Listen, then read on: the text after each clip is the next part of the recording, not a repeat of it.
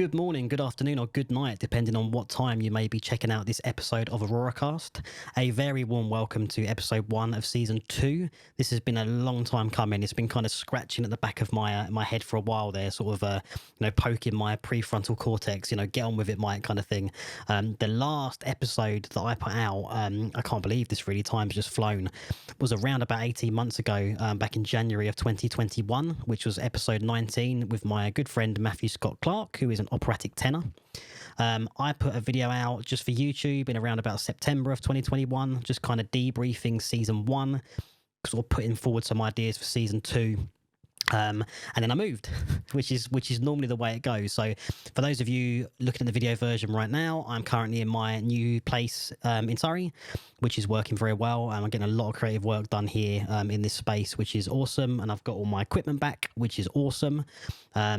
What the hell have I been doing for the past, year? Well, I ended up working in universities, which was sort of a happy mistake, really. I was doing a little bit of cover for an old colleague on an industry module, which was leading students through things like artistic statements or blockchain and NFTs, music distribution, music publishing, copyright, intellectual property, all that sort of kind of stuff, PPL, PRS, everything you sort of need to know as a recording artist, or ways you can make money as a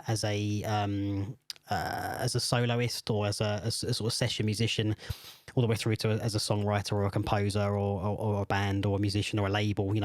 That's the stunning thing about working with youngsters, especially, is they're all coming at things from such different areas, and it really kind of does quite drive me to see them succeed and help them along the way. So, which I suppose feeds into the whole, I think that's part of the reason I was drawn to jump onto YouTube in the first place, was to kind of share my ideas of what I discovered in Logic or Pro Tools, and try and sort of build that community, which now, of course, lives on Discord.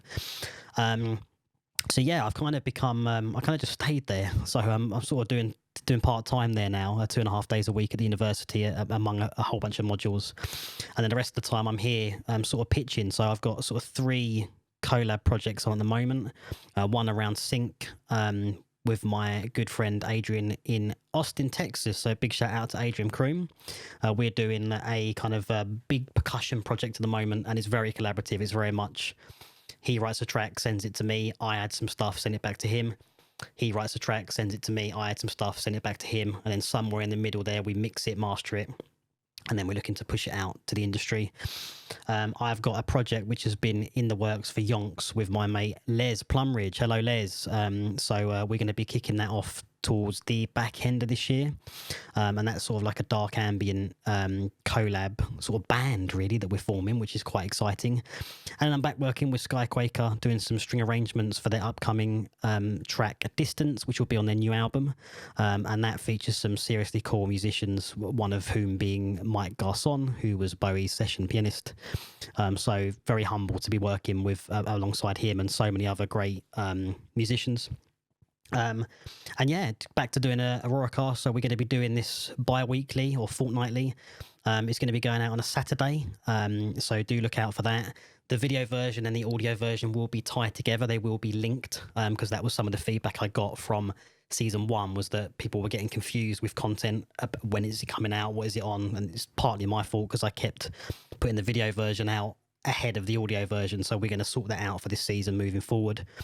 And my ideas for it really is just to try and focus on the industry, so I think the first few episodes will be me talking to you guys or going through what I've discovered that week or that month.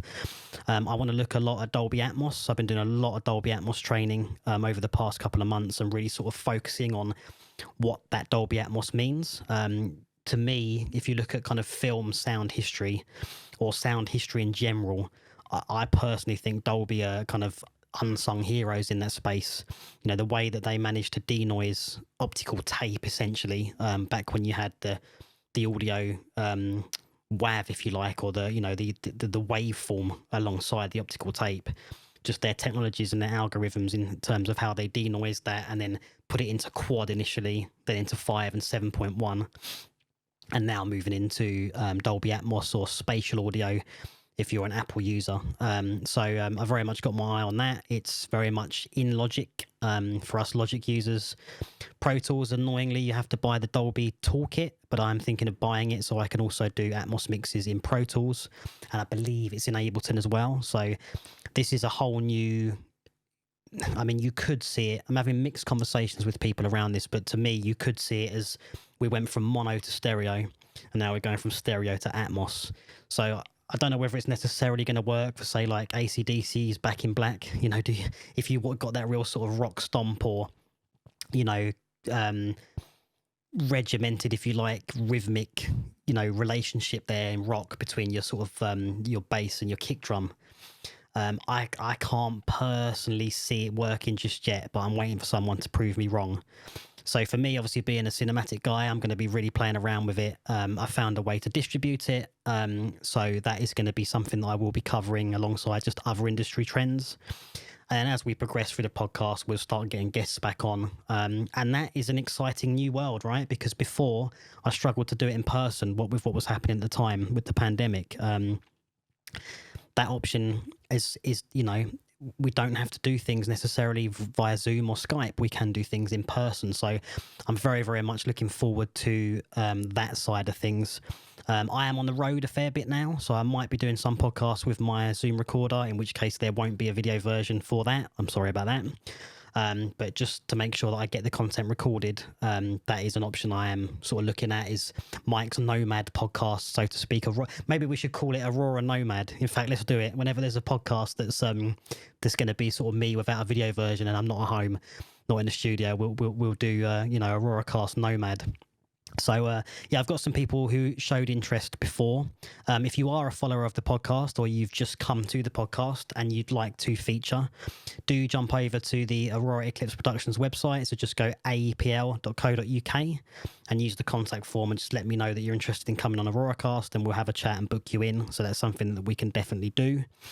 So yeah, I think initially it's going to be focused around looking at Atmos, looking at changes in the industry, because a lot of stuff's going on, and a lot of stuff's quite positive in my mind. You know, across the creative world in general, there's lots of opportunities that are opening up. I mean, even just talking around some of the game stuff, I'm also looking at around sort of FMod. I mean, my background in games was very much quality assurance, and sort of working with developers in the back of scenes there to sort of fix bugs and get things working. But I'm getting very interested in how we can apply sound effects and music from Logic, Pro Tools, Ableton, however you've recorded it, into FMod, which can then interface through API with Unity or Unreal. So all that sort of stuff I'm going to be talking about. And a lot of these software packages are free, which kind of hit me like a ton of bricks, really. It's like, wow, what an opportunity. You can literally design a game now, you know, for free, and you only pay once your game is marketable or profitable, I should say. So yeah, first few episodes, just me, industry, talking to you guys, saying hello. And then we're going to progress with guests again, hopefully in person, which will be very, very cool. Although I'm very open to doing the whole Zoom Skype thing. I realise I can't quite get people to come over from overseas just yet, but maybe in the future. So that was just a kind of very quick hello from me. Thank you for your time. Thank you for checking in. And let's see where this goes, and let's see where the future takes us all in this sort of ever-changing, ever-interesting, ever-evolving world of music production and creativity. So yeah, take care, guys, and I'll see you in the next episode. Mike out.